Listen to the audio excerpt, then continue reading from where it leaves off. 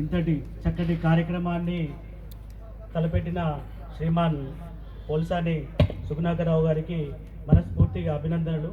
వారు ఎప్పుడు ప్రజల మధ్యనే ఉంటూ ప్రజలకు ఏమి కావాలి, ఎలా ఇవ్వాలి, నేను ఏ విధంగా వారికి నేను సేవ చేయగలను అనే ధోరణిలో ప్రతి విధంగా ఆలోచన చేస్తుంటుంటారు.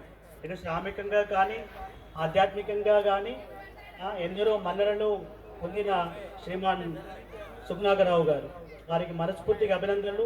ఆ రామచంద్రుడి యొక్క కృప వారిపై సంపూర్ణంగా ఉండాలని కోరుకుంటున్నాను.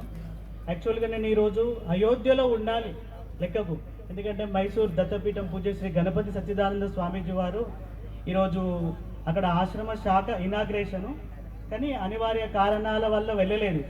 అంటే ఈ రైతులందరి మధ్యన ఉండే భాగ్యం ఉన్నది, అందుకని నేను ఉన్నాను. శ్రీ స్వామీజీ వారు ఎప్పుడు మేము దత్తపీఠం వెళ్తుంటామండి, పూజ్య శ్రీ గణపతి సచ్చిదానంద స్వామీజీ వారి ఆశ్రమంకు.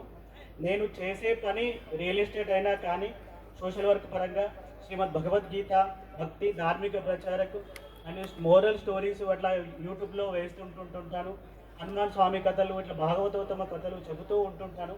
అందులో పూజ్య శ్రీ స్వామీజీ వారు ఎన్నో కార్యక్రమాలు చేస్తూ అందులో సామాజికంగా బాగుండాలి అనేసి రైతుల గురించి పూజ్య శ్రీ మైసూర్ అవధూత దత్తపీఠం పరమ పూజ్య శ్రీ శ్రీ శ్రీ గణపతి సచ్చిదానంద స్వామీజీ వారు రచన చేసిన ఈ పాట నుండి, ఇది నాది కాదు, వారి రచన నేను మీ ముందుకు తీసుకొస్తున్నాను.